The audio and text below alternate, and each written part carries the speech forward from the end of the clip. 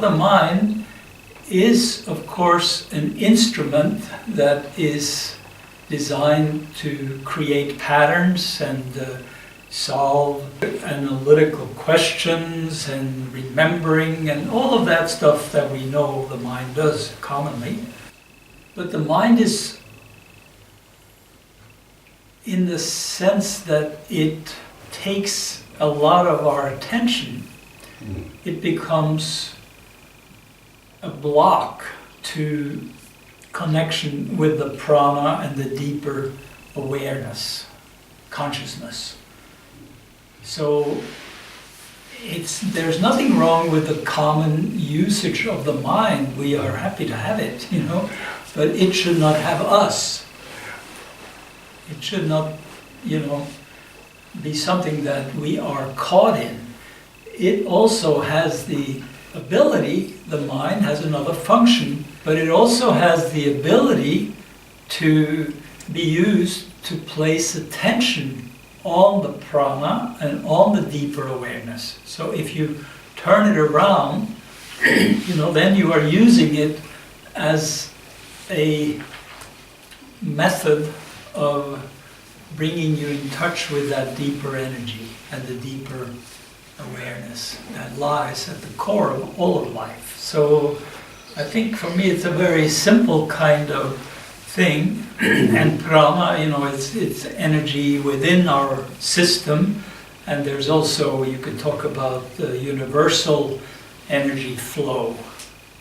So what we are trying to do is also to unify the inner flow with the universal flow.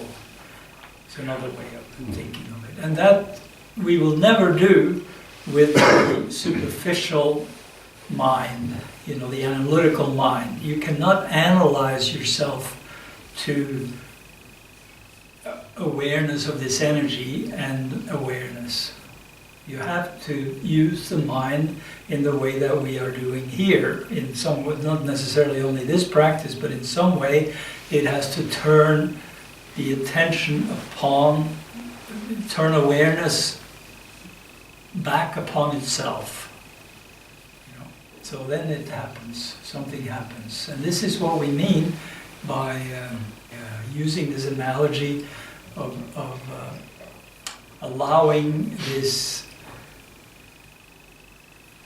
refuge in a practice and a process that allows us to dissolve all of this identity attachment that we have. And it's not that we want to be guilty about having our identity. Our identity is perfectly fine. The mind is perfectly fine. It's just that, it's not capable of bringing us in touch with the universal. So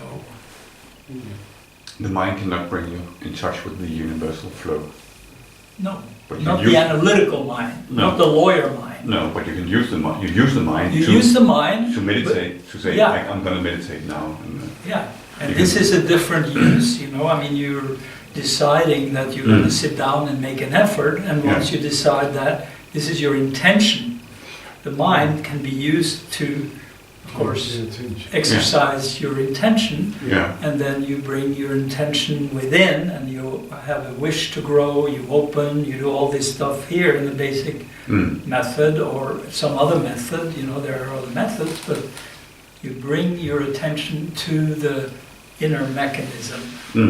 And it is the difference between focal awareness, which is analytical, I look at you, I try to figure out what's going on. But when I really just open up with the attention inside, then things come to me in a different way, because I'm just open and I'm receptive to information, and I don't sometimes even know why do I suddenly get that feeling or thought or understanding. And you don't judge what is coming up. And I don't judge it, it just comes up. So, and these are some of the things that remain in us as seeds, so that when we have gone through this letting go of the identity, the seeds of specific siddhas, it's called, abilities, are in that soup, in that open state, and things spring from that to make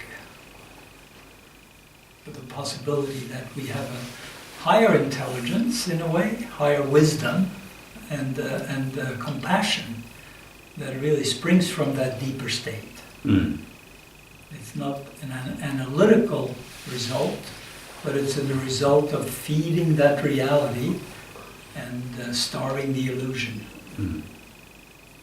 which the mind is the master of, of illusion. Well, it's a wisdom that informs us from the deepest deepest state within us, deepest awareness within. There's the Akashic level, which is the universal, which has all information stored in it. So when you get in tune with that energy, that awareness, then things kind of spring out spontaneously, and you can ask specifically into this field. That's what I was talking about before, doing some ceremony to a symbol of that. And it's not the symbol, but it's the intention that you have, that makes a difference. So if your intention is pure, you really let go of everything else, and you really ask from a humble, open state, somehow this field responds. It's a relatively simple explanation, but it's pretty profound, and it's very dependent on your intention. Very dependent on your intention. Yeah. You don't have to believe in God, any image of God or any definition like that, but you have to, if you really want to connect with that, you have to be open to the deep mystery of life, beyond, analytical thinking and scientific discoveries. The biggest thing about wisdom is being clear and accepting that you really don't know. The scientists who are really open beyond the analytical mind, they talk about having these insights when they are most relaxed and most in a peaceful state. Inspiration and then it comes from, where does it come from? Exactly. It comes from a higher place, deeper place in them. And that's the same that happens in art. When you are really in a state of flow and openness, you discover things. You say, how did I come up with that? Yeah, and it's a little bit of a revelation. Yeah. So, okay.